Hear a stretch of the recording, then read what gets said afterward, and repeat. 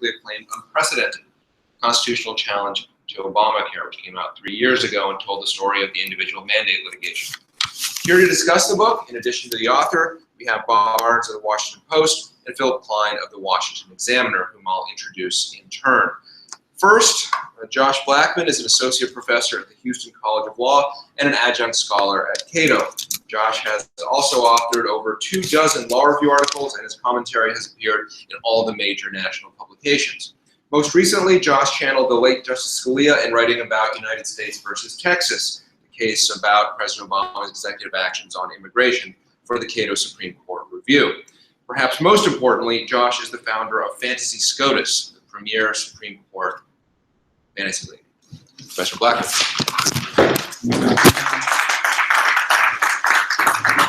Thank you so much. It's a pleasure to be here with Ilya. I was here not even a week ago discussing the Constitution Day celebration, so it's a treat to be back. We are only 3 years into the Affordable Care Act exchanges, and it's frankly stunning how the best laid plans of the Obamacare central planners have utterly failed. This law, perhaps more than any other, proves what Hayek, after whom this term is named after, referred to as a fatal conceit. The arrogance of people like Jonathan Gruber and others who thought they tweaked the market just right with the right level of subsidies and the right level of mandates and the right level of regulations, everything would magically work. And it frankly hasn't. To give you a sense, the government predicted that roughly 20 million people will be signing up on the ACA exchanges. The actual number is closer to 10. They predicted that there would be a diverse blend of young and old people alike. Young people haven't found the mandate big enough to work. The idea was if enough people sign up, there would be a diversity of insurers here. In many counties throughout the United States, we are down to a single insurer. This is not an accident. This is a reflection of the fatal conceit of central planners who cannot understand how something as complicated as an insurance marketplace can work. So what I'd like to do during my time is walk you through a very chaotic period in the ACA's birth that typifies that were made. The very first item I'd like to talk about is a promise that you've no doubt heard. Everyone has insurance, and they tend to like it. Before the ACA was enacted, polls were done that showed that roughly 85% of Americans who were insured were happy with their insurance. This is not an accident. Unless you were older or sicker, insurance generally worked for you because you didn't really use it. It was guarding against a certain type of risk. So when the ACA was being debated, the president had a dilemma. He understood that to help poorer people, help sicker people, he would have to make insurance more expensive for others. In fact, many policies people like would be eliminated. So he tried to unravel this tension with a simple promise. If you like your insurance, you can keep your insurance. This promise wasn't just misleading, but I think it created a perverse constitutional culture. What do I mean by that? The promise of the ACA was that this law can succeed without any sacrifice. People will not have to alter what they already have. Impossible. Because the only way to provide an expansion of coverage was to make it more expensive for others. This is traditional spread the wealth economics. But because the president repeated this promise over and over again, people felt this false sense of complacency, that the ACA could operate without any conceivable burdens on anyone. A myth. So what happened? Throughout 2010, 2011, 2012, the Obama administration released regulation after regulation, making it harder to keep your plan, making it harder to grandfather your plan. Again, this was not an accident. The law was meant to get people off these cheap plans and pay more. In the fall of 2013, as millions of plans were being canceled, the president said, "We can't have this." The promise he made had proved to be false. So he unleashed the first of many executive actions. This was known as the so-called administrative fix, which people don't think much about. Basically said was, if you're an insurance company, we will let you sell a plan that is not compliant with Obamacare. Even though under the individual mandate, these plans are void, we will let you sell them. This was a wholesale suspension of the ACA, wholesale suspension of the law. the key component of the mandate. Not only that, the government actually said to states, hey, state insurance commissioners, even if you've already said these plans are void, we will look the other way. HHS will not enforce the mandates against the states or the insurance companies. As a result, millions of people whose plans were voided by the ACA were allowed to keep them. And you may say, wow, Josh, this is great, right? People keep their plans, keep this promise. This is wrong.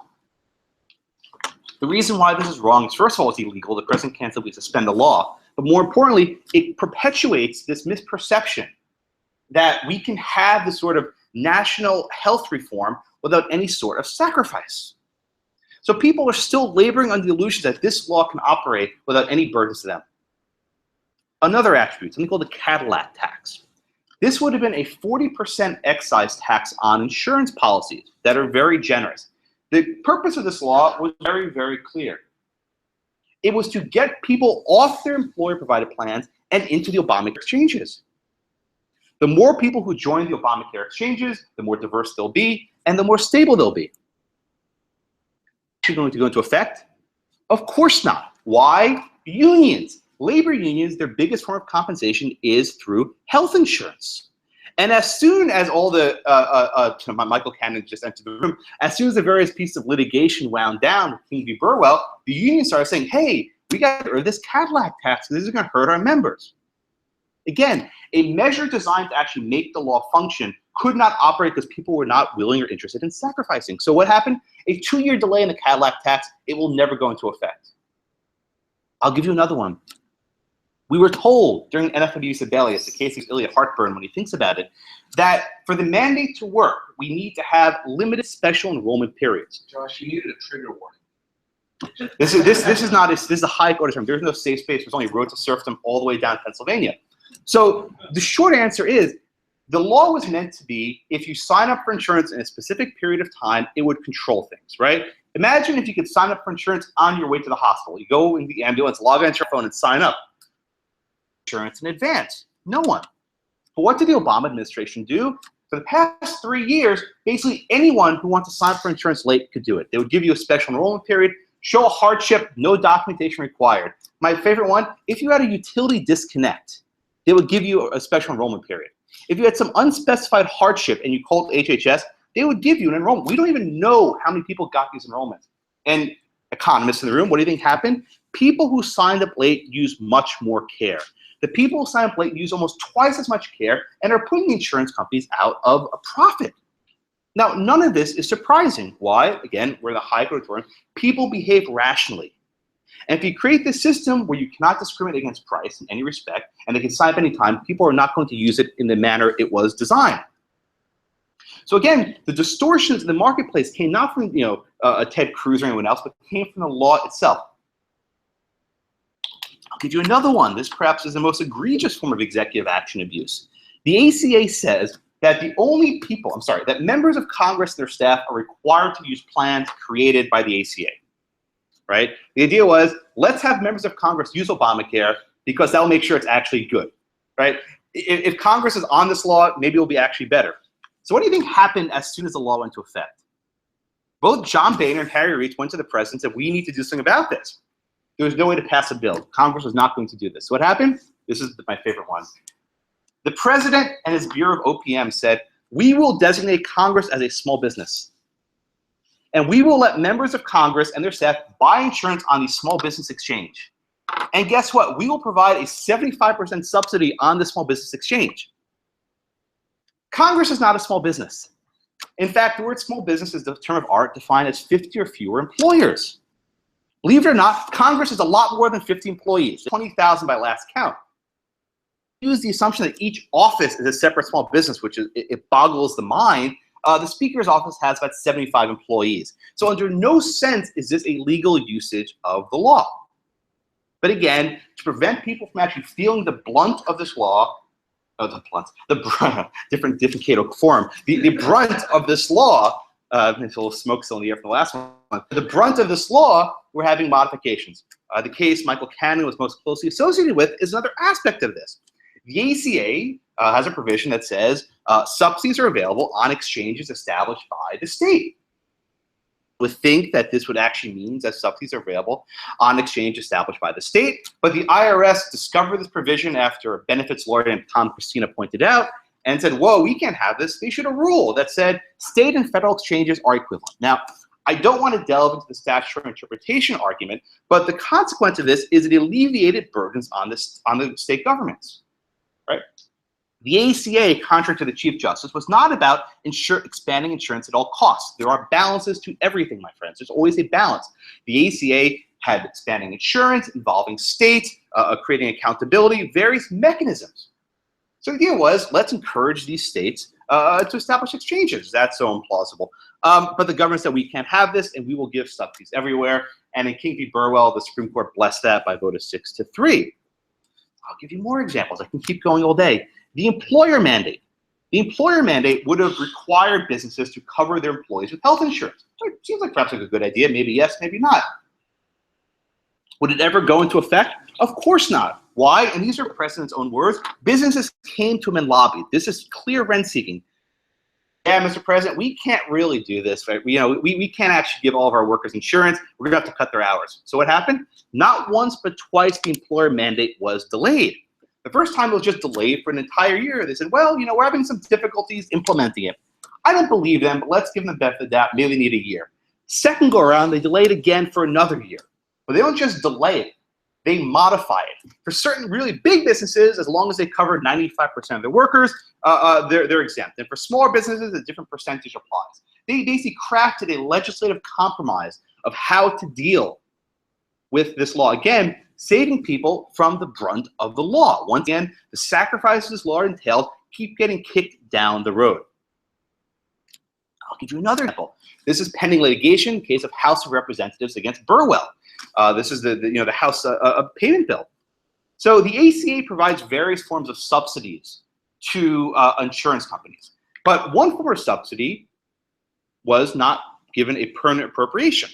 It was given what's called an annual appropriation, right? Every year this money has to be renewed. So initially the Obama administration requested billions of dollars for these subsidies for the insurance companies. The request was withdrawn. The White House called the Senate and said, we would like for you to withdraw this appropriation.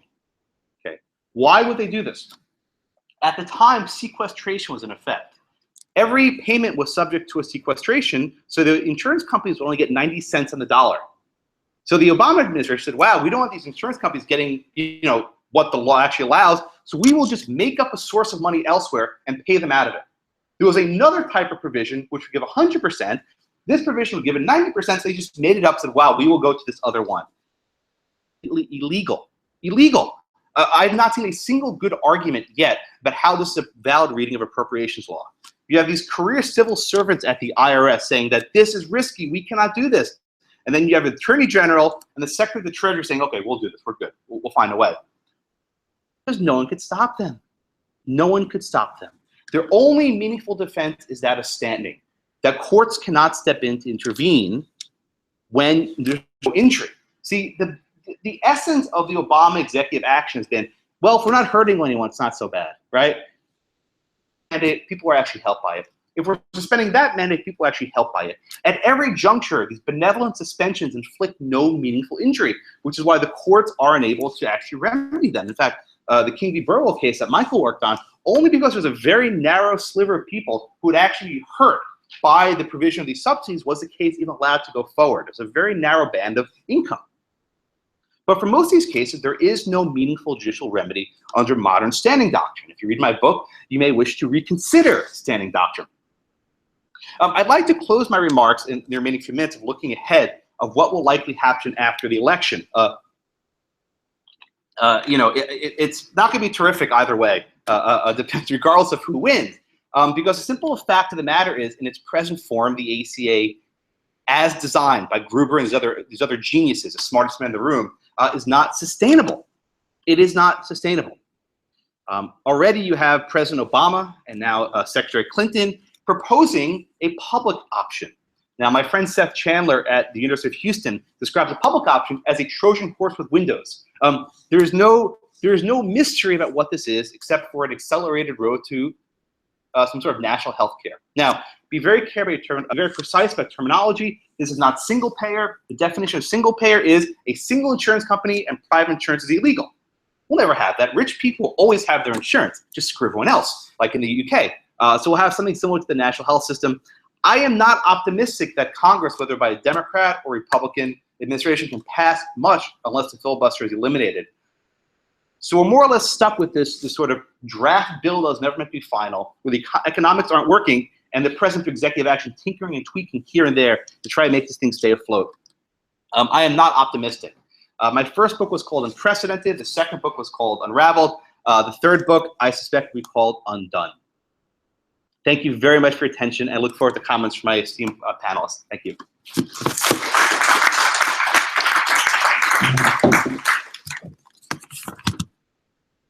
Thanks very much, Josh.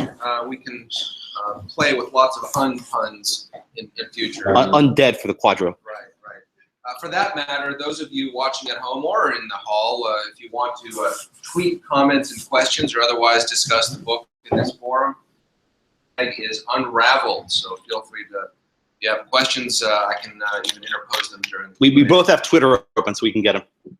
I'm not tinkering with my fantasy SCOTUS lineup. Okay, next up is Bob Barnes, who covers the Supreme Court for the Washington Post, where he's been a reporter and editor for more than 25 years.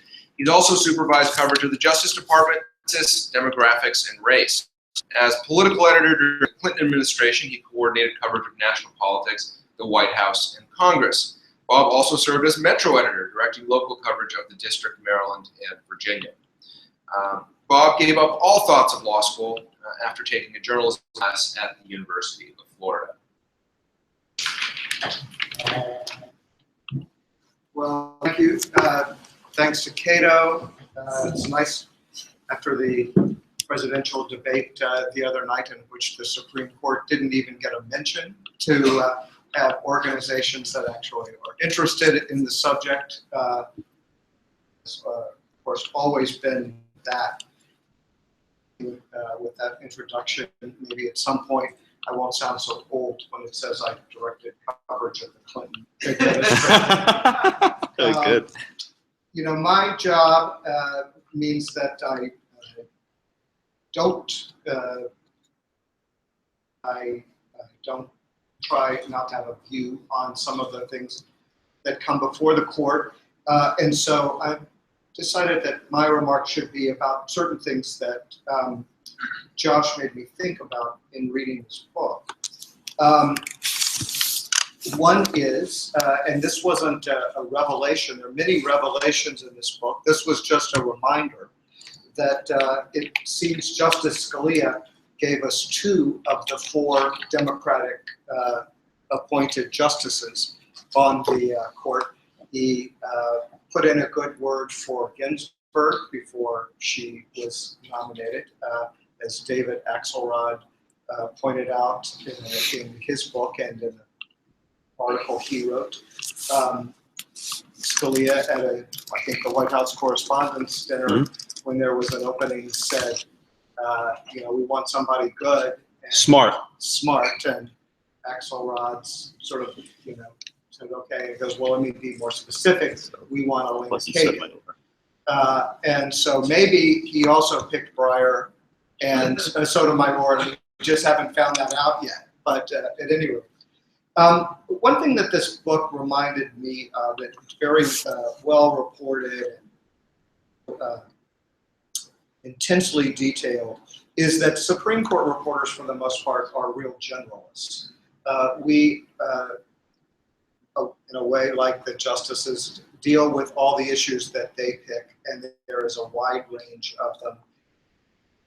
Of the court, we sort of sort through a bunch of things that we didn't know a whole lot about before they got to us.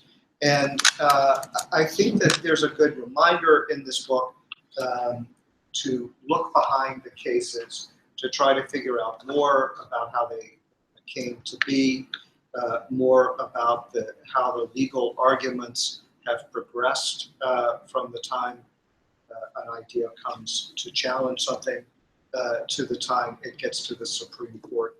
And so it was a good reminder to me, and I've done this in some cases. You know, it was clear that same-sex marriage was going to come to the Supreme Court, and it was going to be a big deal. So I tried to make a point of covering that issue when it was in the lower appellate courts and going to as many of those appeals court arguments as I could.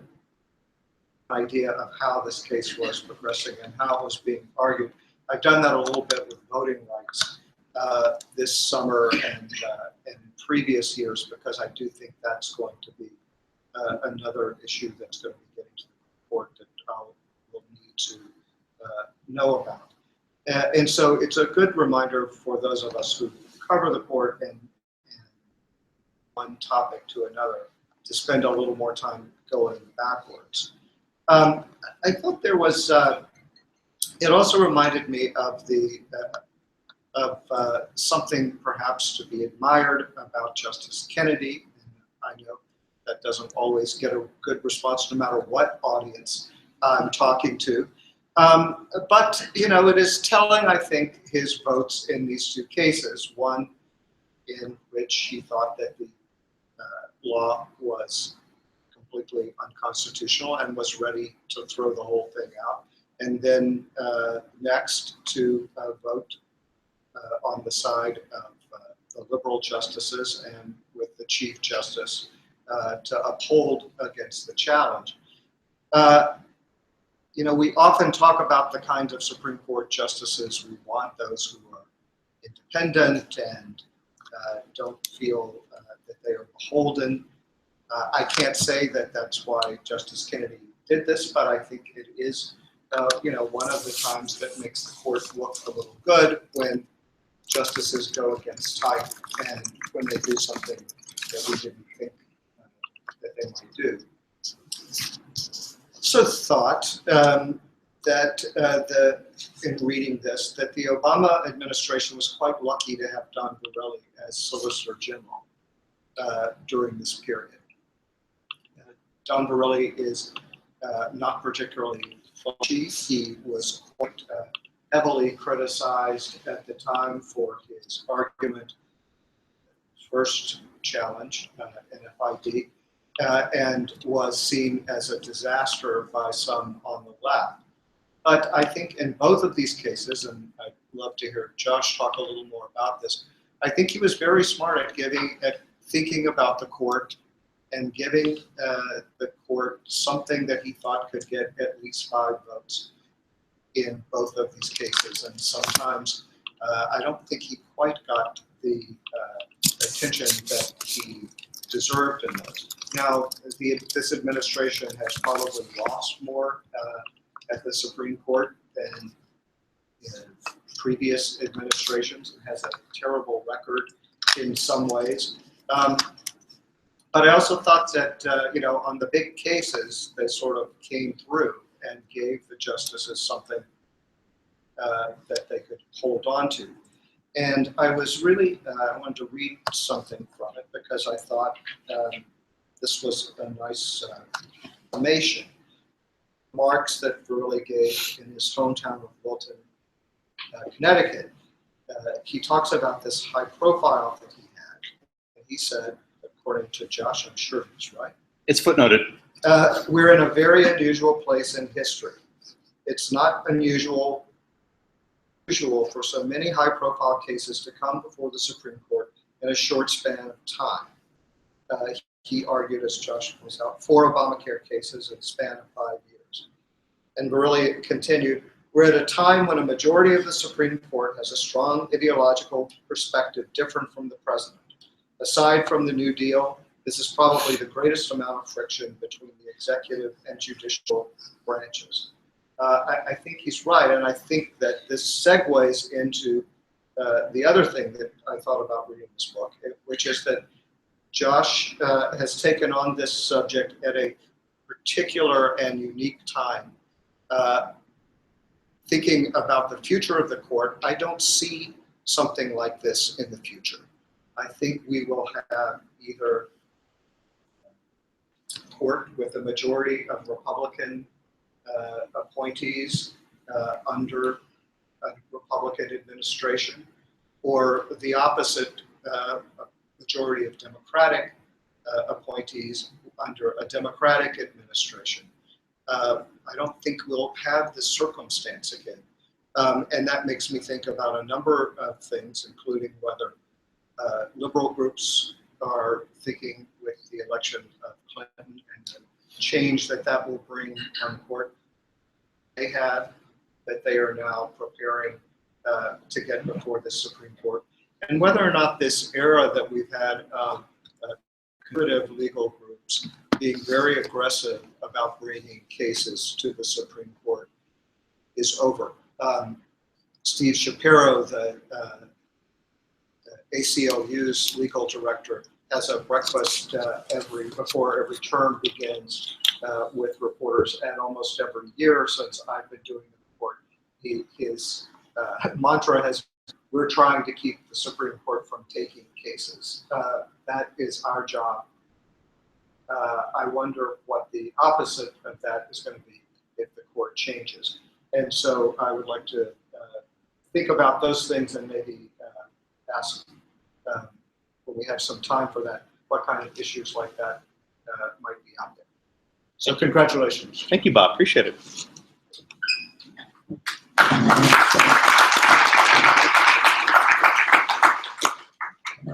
Yeah, Bob, it was striking as you were saying that, or as you were quoting Verrilli,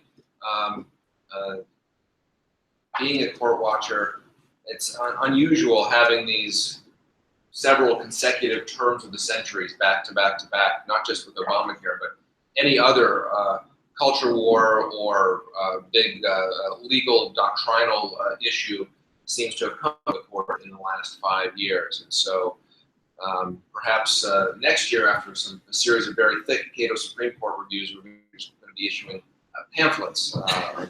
Aside from the Redskins case, if they take that, that'll be, maybe we'll just have a symposium on various kinds of speech, things like that. All right, finally we'll have a comment from Philip Klein, managing editor of the Washington Examiner. He previously served as commentary editor of the Examiner, Washington correspondent for the American Spectator, and a reporter for Reuters. He's a graduate of the George Washington University and holds a master's degree in journalism from Columbia. They know your politics there?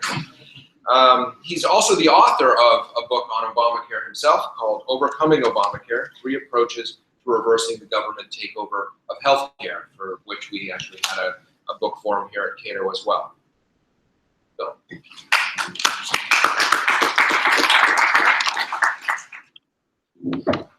I just wanted to thank the Cato Institute for having me here, and for everyone for coming to listen, and to Josh for writing this book, which I think is sort of a very helpful document and almost time capsule of a significant period in American policy and political history.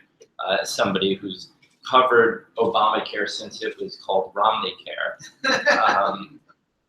I've often... And then it was briefly called Obamacare. Yes, absolutely. So, I mean, oftentimes when you're writing every day, you're focused on that day as controversy. So it's helpful to have between this book and his previous book a sort of more comprehensive, broad-based look at everything that we've experienced.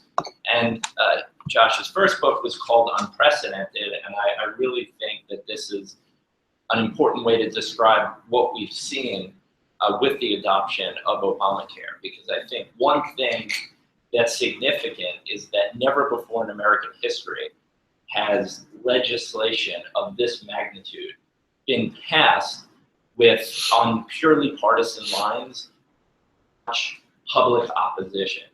And I think that everything that happened since then stems from this choice that Democrats made. Now, I wanted to unpack that a bit, because certainly as somebody who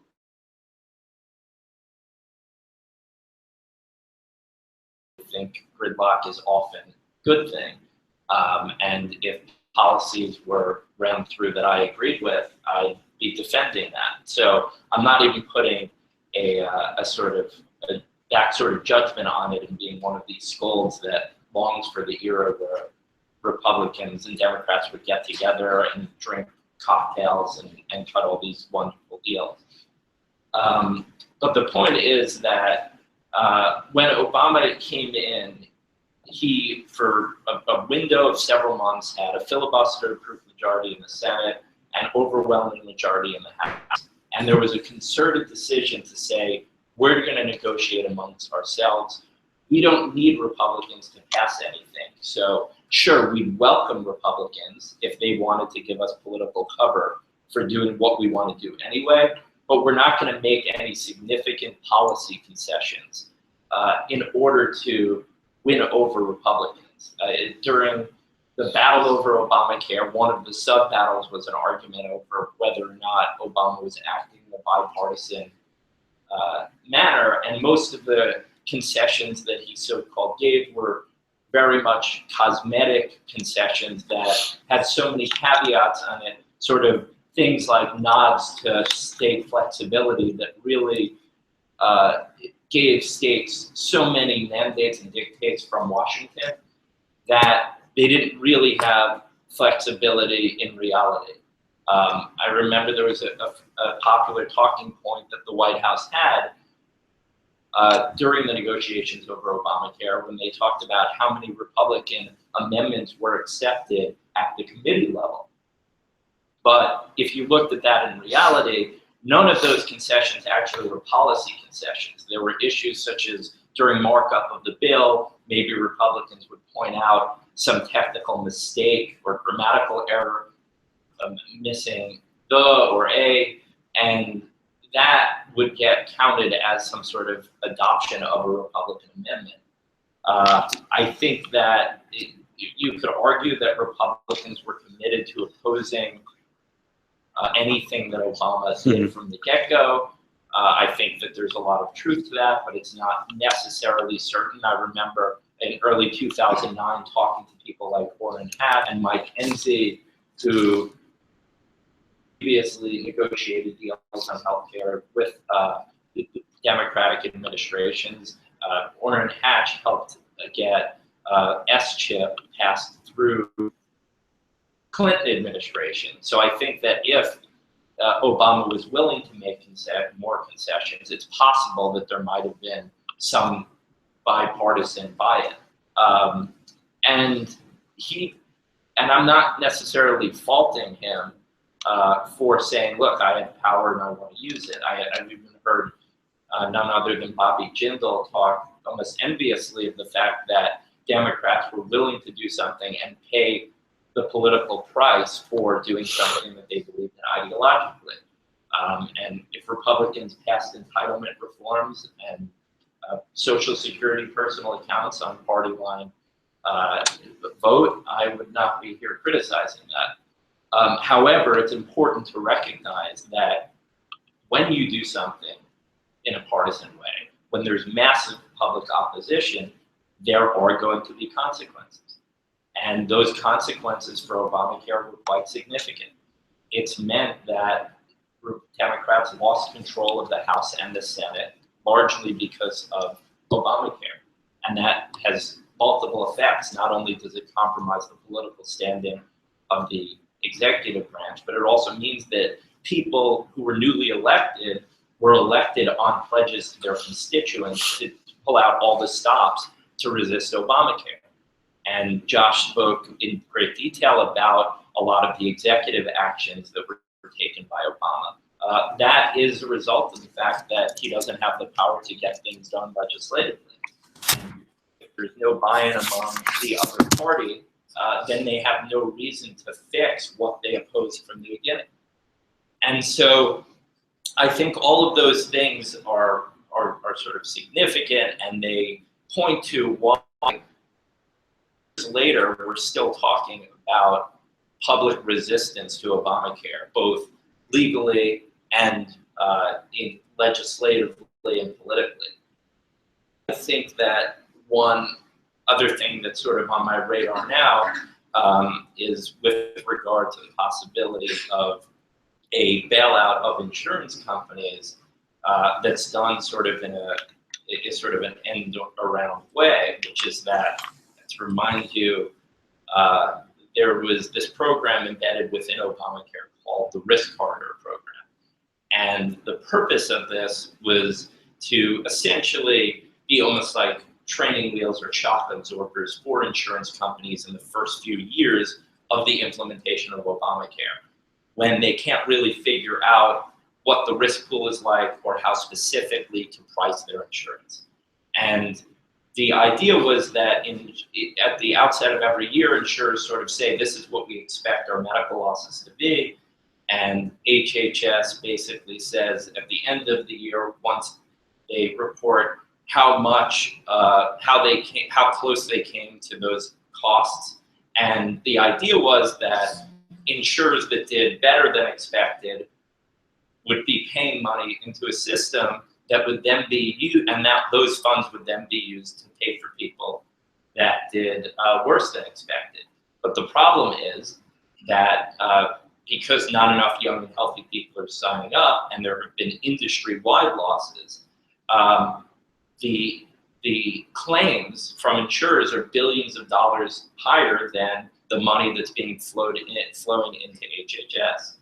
So what you have is a situation where the government can't give out all the money that insurers were hoping to cushion some of the blow of adopting Obamacare.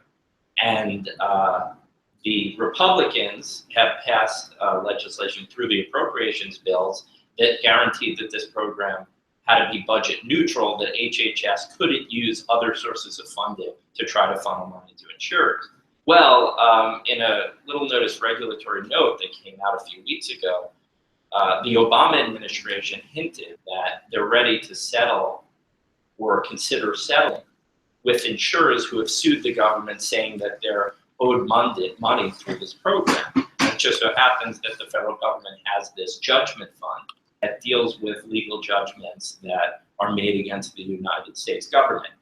And so this is one way in which the administration may end up trying to funnel money to insurers, and I think this is going to be the next big battle that's sort of under the radar now. And sort of in wrapping all this up, I think that I was sort of reminded of something that President Obama said in his September 2009 speech to a joint session of Congress, when he said, "I'm not the first president to take up this cause," referring to healthcare reform, to be the last. And I think of all the things that Obama said when selling that law, that has proved to be the most untrue.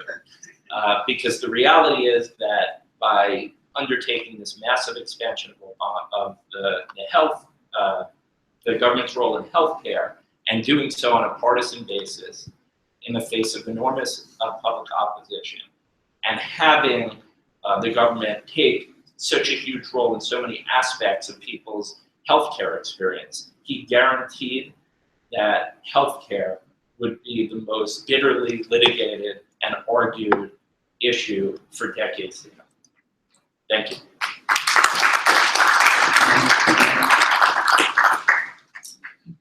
Thanks, Phil. Just as a reminder, you talked about the gridlock being a feature, not a bug of our system.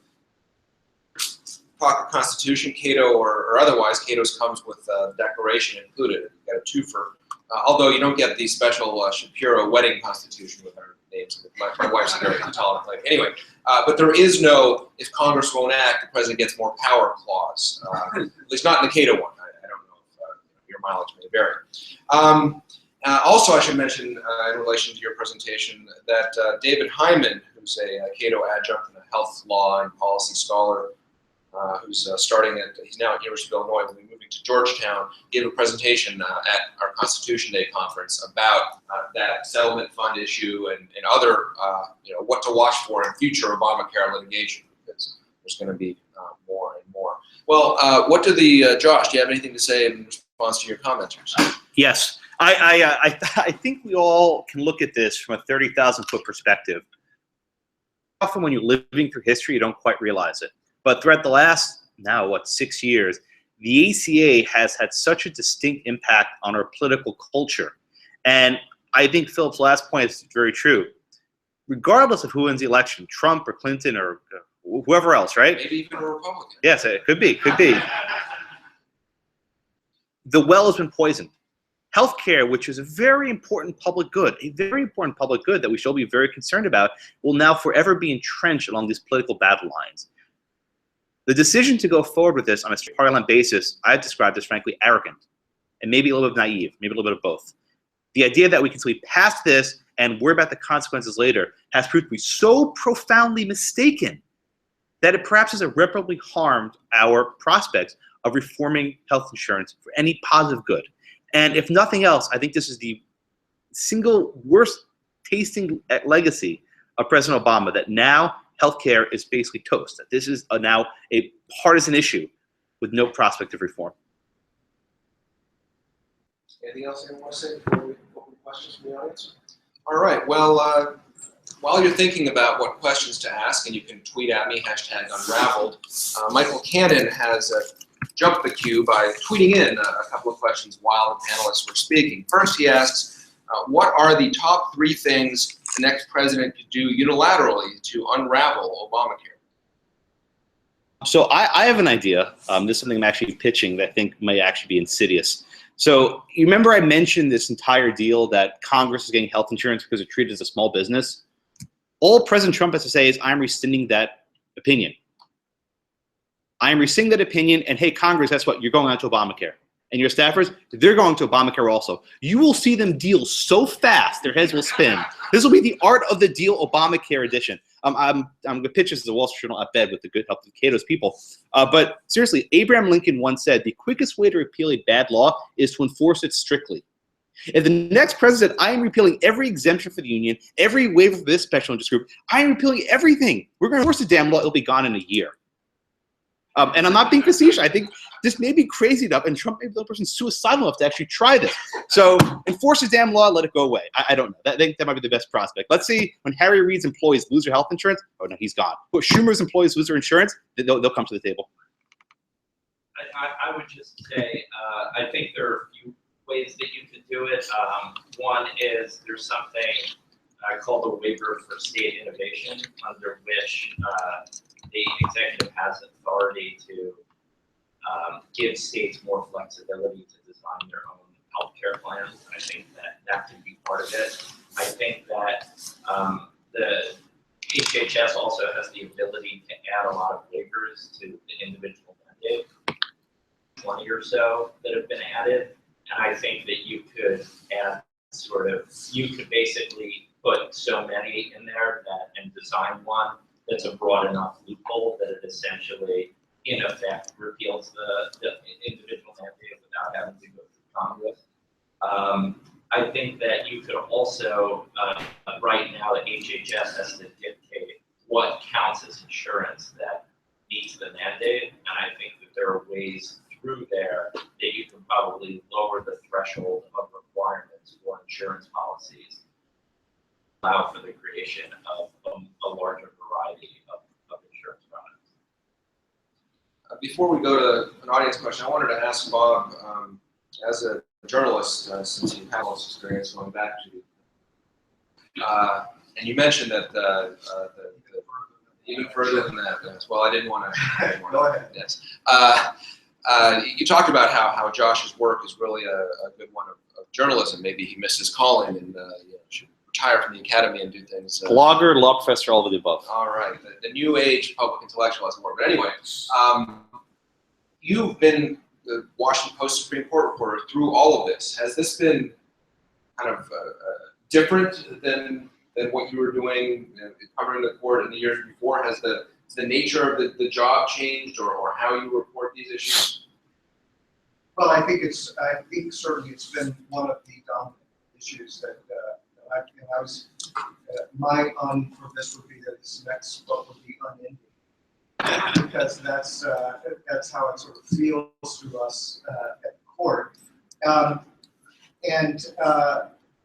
so I think this and same-sex marriage were probably the two issues that came before the court that I thought were most consuming from my point of view as a reporter covering it, also from what I heard, interest from outside people and from viewers. Because, you know, on both sides,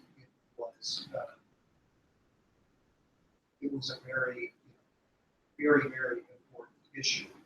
And I thought that there was a really interesting response in the second King Burwell, that when the court took it, I heard from a lot of people on the left how disappointed they were in the court, that the court seemed to reach out to take this issue, that the DC Circuit, hadn't fully had its say on it yet, and the court shouldn't have done it.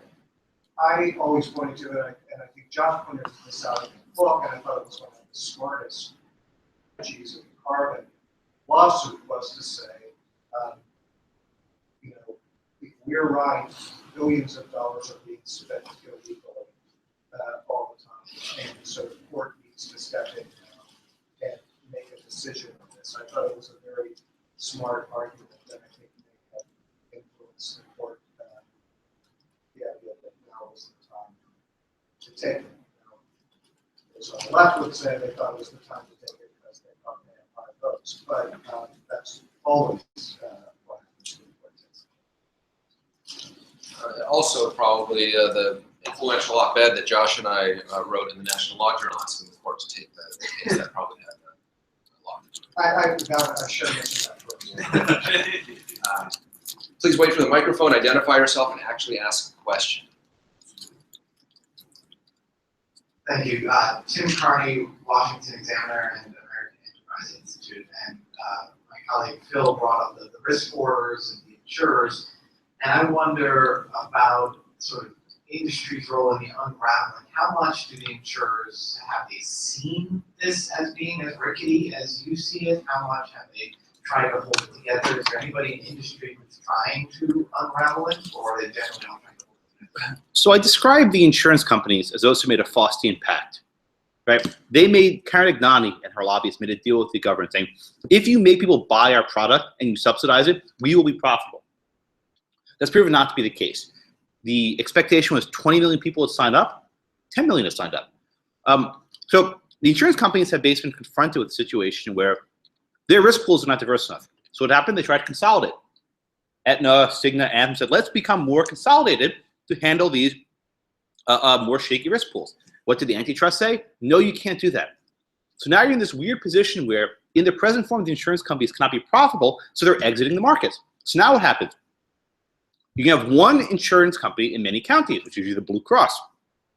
What happens if the Blue Cross requests a rate increase? They're going to have to grant it. So now you give even more money to the insurance companies at higher rates, so people are less interested in signing up. I think the insurance companies are seeing, not even 3 years since this bold experiment, that it ain't working, right? That the promises that were made are not panning out. And now if we go down the road of a public option, that basically makes all of them exit the market because they cannot compete against this. So maybe Aetna and Blue Cross had these high expectations as being a profitable endeavor, but this is quickly proven to have unraveled.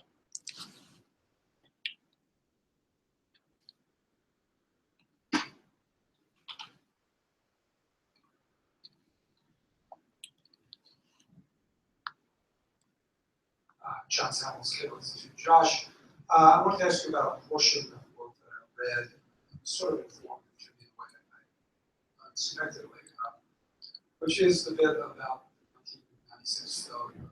You make the point well that the people pushing it realized that part of the failure wasn't people afraid that it was their insurance.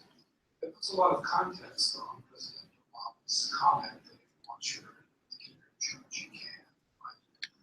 It suggests that what was learned from the 1990s failure became the strategy of 2010, 2009, which is, in fact, suggests that President Obama was strategically lying, and all the rest of the book suggests that he well knew that people wanted to lose their insurance. So, on one hand, that's kind of shocking. But on the other hand, there's an old tradition going back to Machiavelli that that says the whole goal of politicians is to do whatever necessary for greater good. And so really the issue is not that President Obama won't rule, but that he wrote what is the greater good he sought. And if you like that, think the line is okay. If you don't like it, think the line's terrible. But it's just a difference about the ultimate end. I wonder if these are two ways to think about it: to worry about the line, or sort of or the greater focus on the greater good, just disagree about that. Is there a third way? The way I want you to step out of the chronological account you're giving, give us some ideas about legal and moral judgments.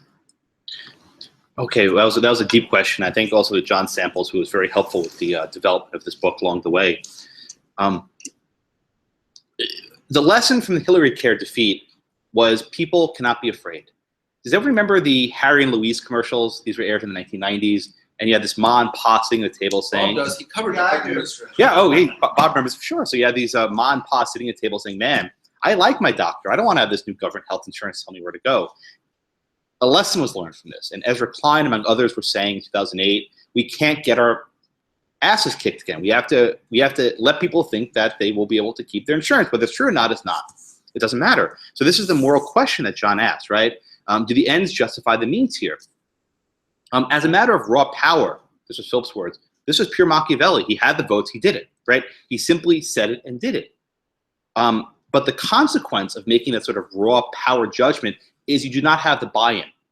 And people do not have the acculturation to accept such a radical change in what they already have. People have this endowment effect where they want to keep what they already have. So the consequence of sort of Machiavellian power play is it doesn't work in the long term. You need to actually manage and implement the law with any sort of efficiency. And indeed, one of the most shocking parts is till the very end, President Obama refused to say he lied.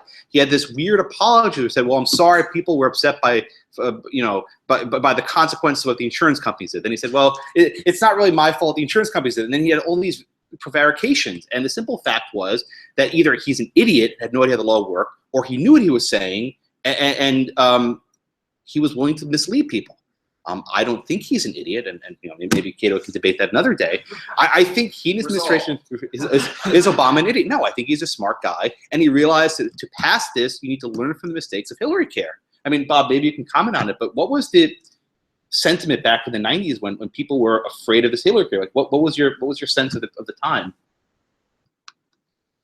Well, I think partly, I've always heard a couple of, I don't think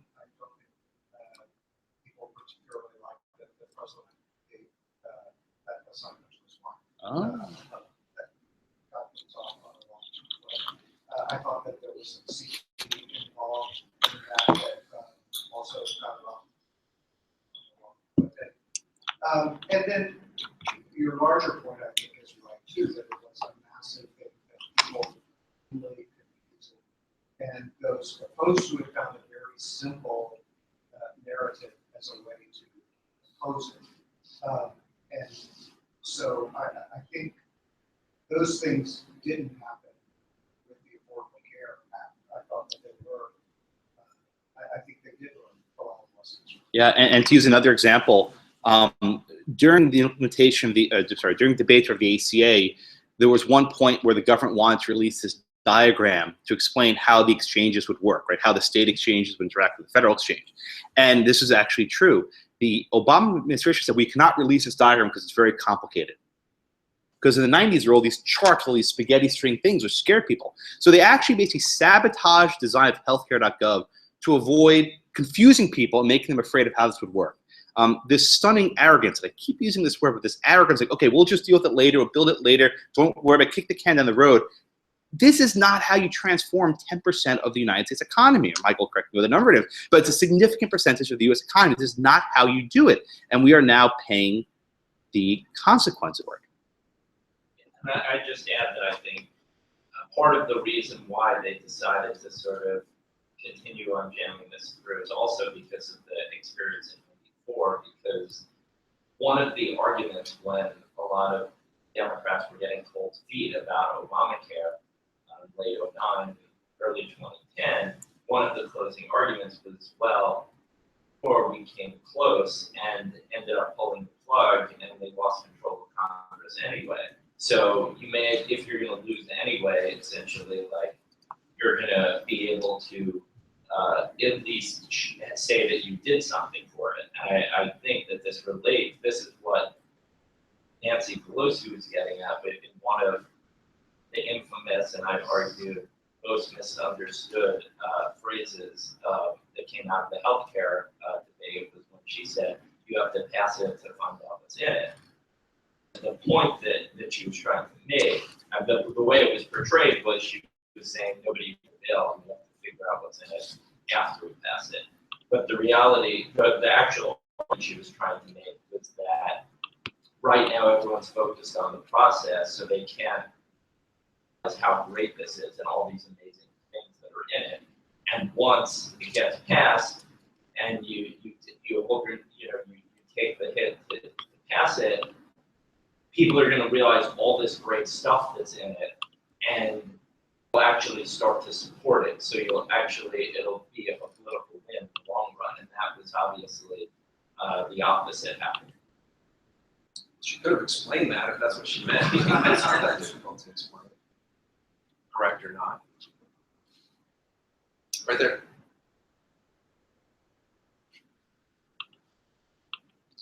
In new home affiliation, litigation over the risk corridor, should we assume that the settlement payments will be made with bundles of cash?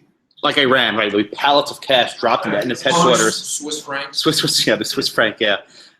So I think Philip mentioned this earlier, but the long and short of it is Obama has basically, the Obama administration has said, well, even though Congress hasn't appropriated money, judgment fund, which is permanent appropriation, we'll pay you out of that. That may not be correct. I haven't researched this closely enough, but Congress should revisit the judgment fund. If this is now used as a literal slush fund to get around things that Congress won't appropriate, it's got to be cut off. It should not be allowed to be used where there's not an appropriation, and that should be a very meaningful thing that I'm sure a Trump president who's used to stiffing people on bills will appreciate.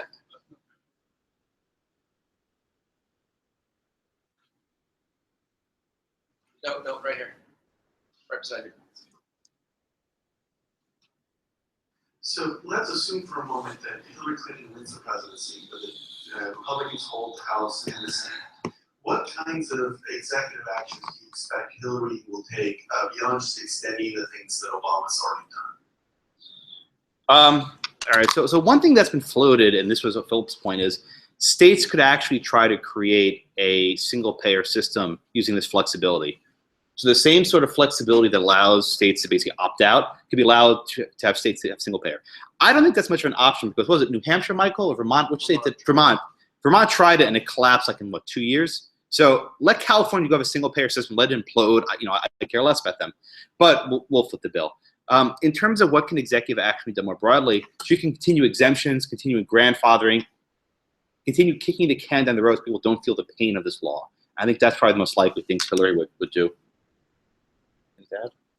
I don't know. Isn't there an initiative in Colorado? Yes, there's a single-payer initiative in Colorado, and the HHS could basically approve it if they think it's worthwhile as a substitute. We really don't want to get into the weeds of that. You feel the blunt of the force, right? I think she's probably most likely to try to figure out a way to get more subsidies to insurers, because one of the big issues is the premiums are going up, so people aren't buying the goods. So I think she's gonna try to find some way to use reallocate some funds from somewhere else in HHS, or give certain regulatory relief to convince them to keep premiums down.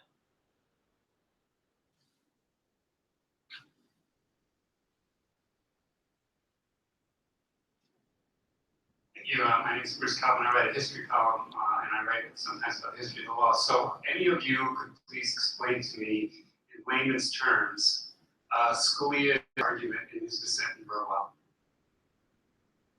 It means state. State means state. That's layman stuff. I mean, well, look, this was a case where you had a provision of the ACA that said subsidies are available in exchange established by the state. It's a phrase used 7 times in the law. It wasn't some sort of Scrivener's error. And Scalia says the most clear opinion for 6 justices, wrote that yet when read in context, that wouldn't make sense because then states wouldn't have all this money, and then we have to read it to mean state means federal. The Scalia opinion, again, I could, like Rabbit Hillel, I could say it on one foot. It's very easy. State means state. It's Roberts' opinion that requires a lot of twistifications. Did not Scalia say in his dissent that if you look at the law, look at ACA, it mentions that the states and the national healthcare exchanges sometimes together, and then sometimes it mentions them separately, and that was reinforced his argument that the follow-up question, just for those online or can't hear, was doesn't he say that in some places there's state exchanges, in some places federal, in some places they work together? How does that fit into the analysis? Yes, yes. I mean, when Congress wants to say state, they say state, and other times they say federal, they say federal. They have ways of defining it. You know, we can talk about that later. We're a little short on time. Fundamentally, it's an easy. I forget now how much Scalia went into this, but fundamentally, the only reason you would even start engaging in twistifications or giving these kind of contextual, unnatural readings is if the challengers had no story, that reading it as state makes no sense whatsoever, it's absurd. And they did. They had a very simple one. They said that, look, this is an incentive for states to sign up for the exchanges, that only if they did that would their citizens get a subsidy. We don't know what the real story is, but that is a plausible story, and therefore shouldn't go into the less natural readings. But I would have to say that I thought that was always the hardest question that the opponents of Obamacare had to get hurdled over, because the natural question is, well, why would they do that? That's not, it undermines the whole program. Why would they build a program and then undermine it at the same time? And I don't think that the idea that it was pressure on the states to do that was one that the court accepted, partly because so many members of Congress said, well, no, that's really, we had no idea that that's what we were doing. We didn't know what we were doing. It was there, and I think this whole idea of why would they do that was the thing that was very hard for opponents to manage. Roger.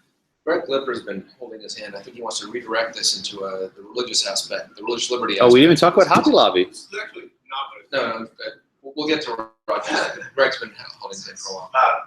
Greg Lipper, formerly of Americans United for Separation. And Greg gave me very good books in the comment, which I'm very grateful. Thank you, Greg. Now back in private practice. I actually wanted to follow up on King versus Burwell, because I'm a liberal and a supporter of the act, and my colleagues were Poor people.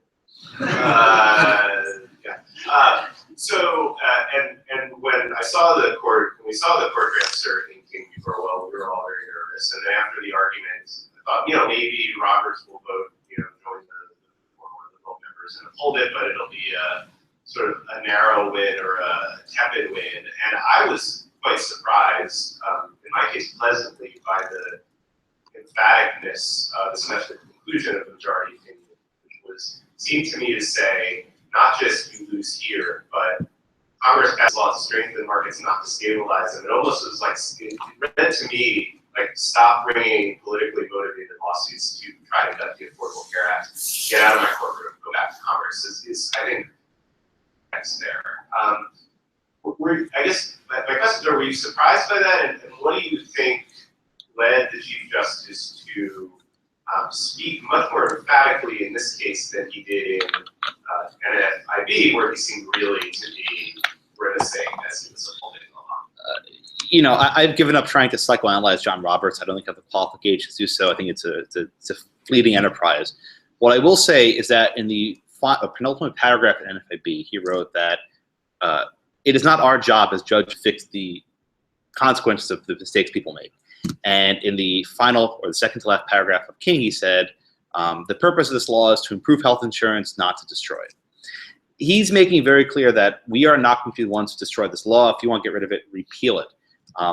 The difficulty with John Roberts, and why he continues breaking my heart and breaks Ilya's heart every single term, it seems, is that he acknowledges the position contrary to his. In NFIB, he said is ain't a tax, but I'll pretend it's a tax to uphold it. In King, he said that the plain text meaning was strong. He said it was strong, but I'll engage in these twistifications because I don't think this is the purpose of the law. So it's like there's almost like this, like, you know, angel and devil on each shoulder, right? He's trying to, you know, having internal dialectic with himself. But ultimately, the chief has seen fit to, you know, gut the Voting Rights Act and strike down campaign finance laws and, you know, go against gay marriage and, you know, all these other things. But for Obamacare, he says, I'm not going to do this. I'm not, even if it's constitutional stature, I'm not going to. As for Greg's other question, why did grant cert if there are only 3 to reverse? I don't know. Maybe they realized, like Bob said, this was an important case. Let's resolve it now. And perhaps the court took it right away to dump it and rule for the government. I don't know. I mean, I also think that an important distinction between the 2 cases is that the individual mandate case is arguing really about the role of government, what are the limits on federal power. In the King v. Burwell case, it wasn't about that. Nobody was arguing that if the Congress wanted to say subsidies were available either to federal or state exchanges that they couldn't, the argument was over, well, what did they actually do and what does the law say? So as a result, I think that, you know, if you think of yourself as somebody who wants to, you know, who believes in a government of limited powers, you struggle a lot more with the individual mandate. In that case, he tried to, he couldn't get around the Commerce Clause justification for it. So that's why he had to sort of fall back on this tax, the tax argument. But that was probably why he more. There's also the Roberts apologist or Kennedy apologist explanation, which is that Kennedy went over and Roberts then joined him so that he could write the opinion rather than have Kennedy write it or sign it together or something. Or that were there and Kennedy joined them so that it would be a 6-3 rather than look like another 5-4. I think actually John makes a good argument in the book that that would be wrong, that Roberts had this kind of against the challenge, and that you can tell him how his question is very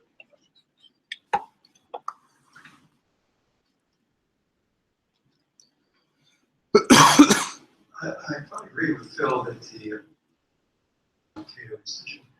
the mandate case, NFIB, was far and away the more important from a larger perspective. But the King v. Burwell was not unimportant as a clear case that involves the chicanery, because it was a straight out textual issue, which there really wasn't much wiggle room. There was arguably more wiggle room in the NFIB case. Here, it seems to me that the chicanery was no better illustrated than by Gruber. Remember, Gruber was the one who said exactly why they distinguished exchanges established states from those of the federal government. And so to argue that one away, as Roberts did, is in some ways, even though the import is less, more egregious from a purely jurisprudential point of view. Right. So Jonathan Gruber was at one point the architect of the ACA, and throughout all of 2009 and 2010, he had these videos, which a guy named Rich Weinstein in Philadelphia discovered many of them. And Gruber was there saying things like, you know, we need to take advantage of the ignorance of the people. While people are ignorant, that's a good thing, and the American people are stupid. And then he had all these videos saying how, you know, we need to punish states that don't establish these exchanges. And at first he said, well, it was a speako, right? He said the wrong thing. He gave a 5-minute speech that was wrong. And then he said the same thing in another speech. And then this comment was repeated. And then Philip can maybe talk about this. You had all these journalists covering this who said, this is insane. These are truthers, right? These are how big truthers.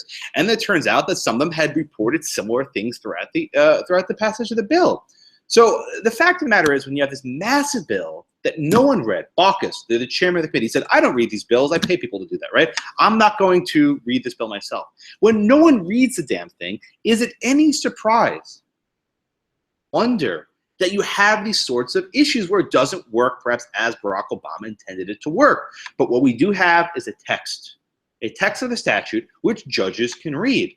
But now the Supreme Court has signaled the way we read Obamacare is to help people get health insurance. That is the purpose. And once you read the text with that backdrop, there's no winning. You can't win because everything is, well, I mean, funding these risk corridors is, probably not legal, but will help insurance companies. And these subsidies, yeah, they're probably not legal, but it'll help people get health insurance. It's a losing proposition.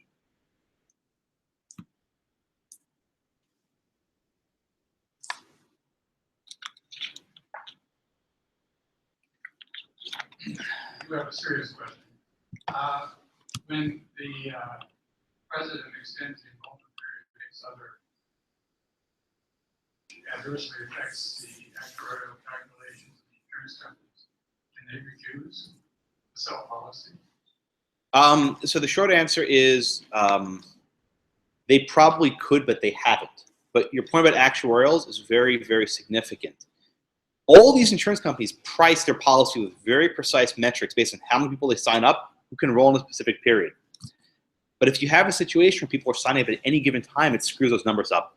And in a series of regulatory comments submitted about 6 months ago, the insurance company said, we can't afford all these late enrollees. So now the Obama administration said we're going to tighten up this enrollment. Okay, we're going to require verification if someone actually asserts a hardship. The consequence of this, though, is that it's going to make the enrollment numbers plateau. Right? The way they were using their enrollment numbers to pad it, to inflate it by letting people always sign up late. Now you're going to have fewer people signing up.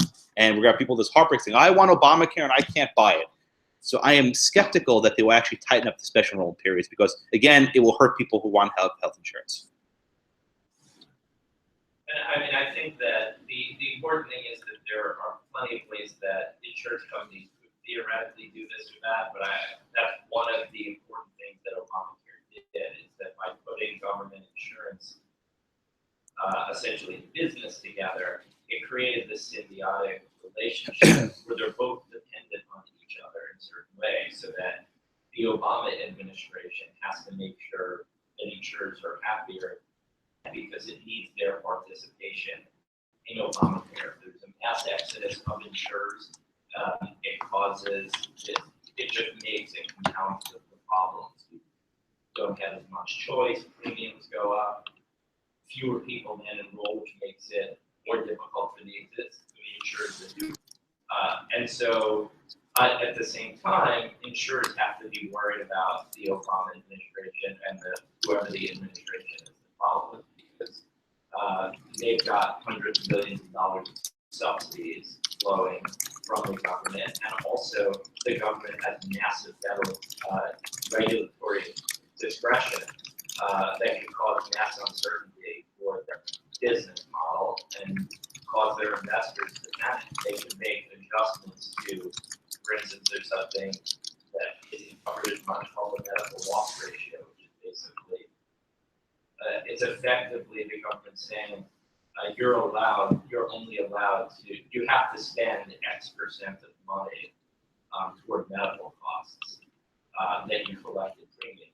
And they can adjust that or change what counts toward medical costs, and then they're basically setting how much profit insured legally allowed to make. So as a result of that, there's a lot of levers that governments can use behind the scenes to basically convincing insurers that they have to behave the way that the federal government wants.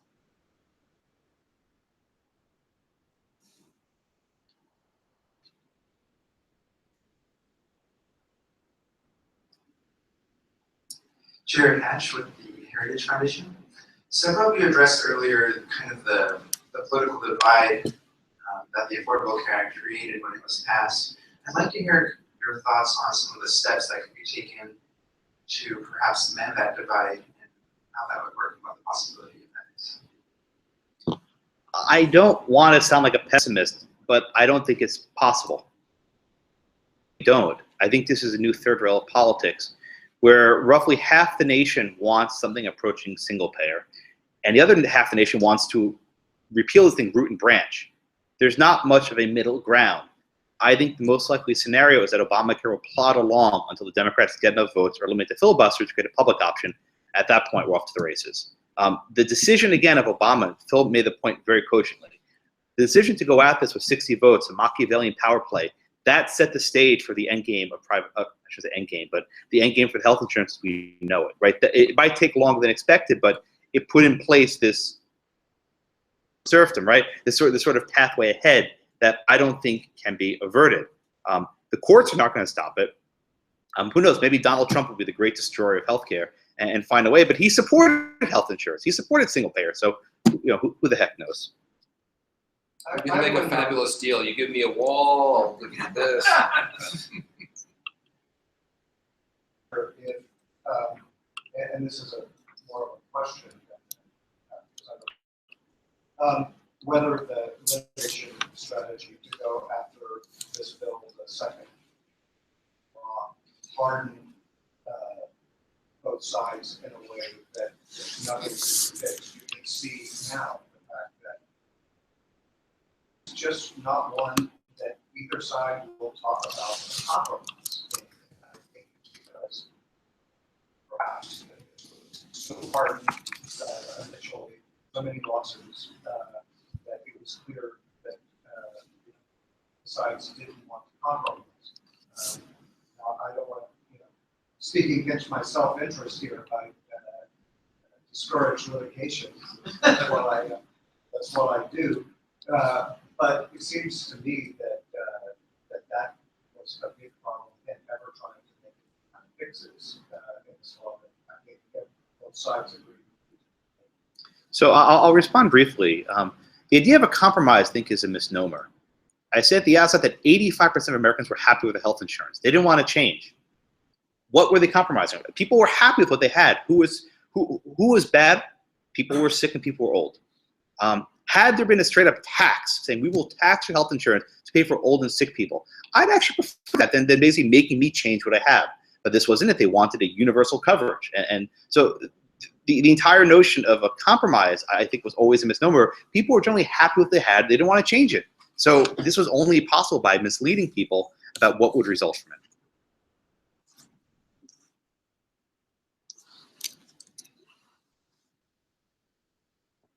Bob Brown, or unaffiliated. It's my understanding that most of the enrollment increase under Obamacare has been the expansion of Medicaid. Not bad at all. By putting all these people into Medicaid, we basically expanded the entitlement state. And isn't that sort of a backdoor way of going to single payer? Right. So the number that the president likes floating around, that 20 million people have gained insurance, I think was it 13 million, give or take, or maybe 11 might be off, but more than half of them have been through the Medicaid expansion. That number would have been even higher but for the Supreme Court's decision in NFIB v. Sebelius, which allowed states to opt out of the Medicaid expansion. So the short number, the short answer is most of the people benefit from this law are being given free health insurance. The rest of them are being given subsidized health insurance. I saw one number that said roughly 140 million Americans have government subsidized health insurance.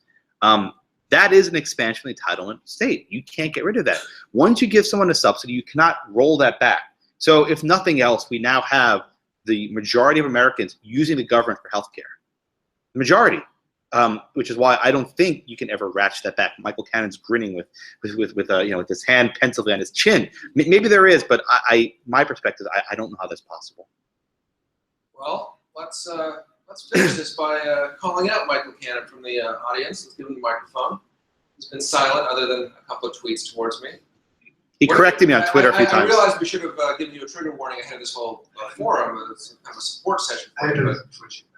I used to talk to Michael every day, and since King Burwell came down, I hardly see him. So Don't see each other at forum like this. That's right. That's right. So what are your thoughts, having heard this, kind of refresh your recollection of at least the King v. Burwell side of it?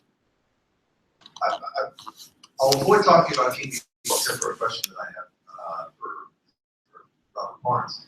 I will say that one of the remarkable things about Obamacare is that it remains an open question whether you eliminate subsidies, health insurance subsidies that people are receiving. Because if you'll recall, earlier this year, Congress sent to President Obama legislation that President Obama had to veto that would have repealed all the exchange subsidies and repealed the Medicaid expansion. Now, you might say that they did that only because they knew he was going to repeal it. That may be true, but it's still significant, and I think it makes it an open question whether, in this case, whether this could be the one case where Congress does eliminate subsidies that people already receive.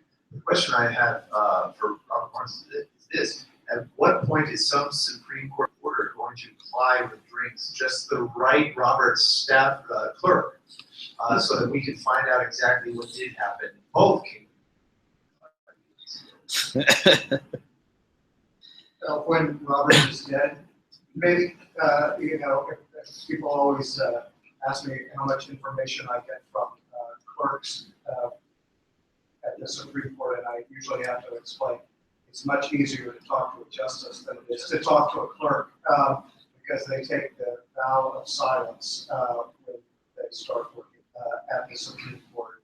I think everyone can have their own theory about that first case, and I think what's often lost in that is what we just talked about, which is the wins that Roberts thinks that he got out of that case. The Commerce Clause decision with 5 votes, the 7 votes on Medicaid, and things that did have make a big difference. And I think Josh is right that he, time and time again, didn't want the court to be making this decision. He wanted Congress to do it, or people to throw out Congress and get Congress in. But I think I don't think anyone knows the inside story of, especially from that first case. All right, with that, let's thank our panelists.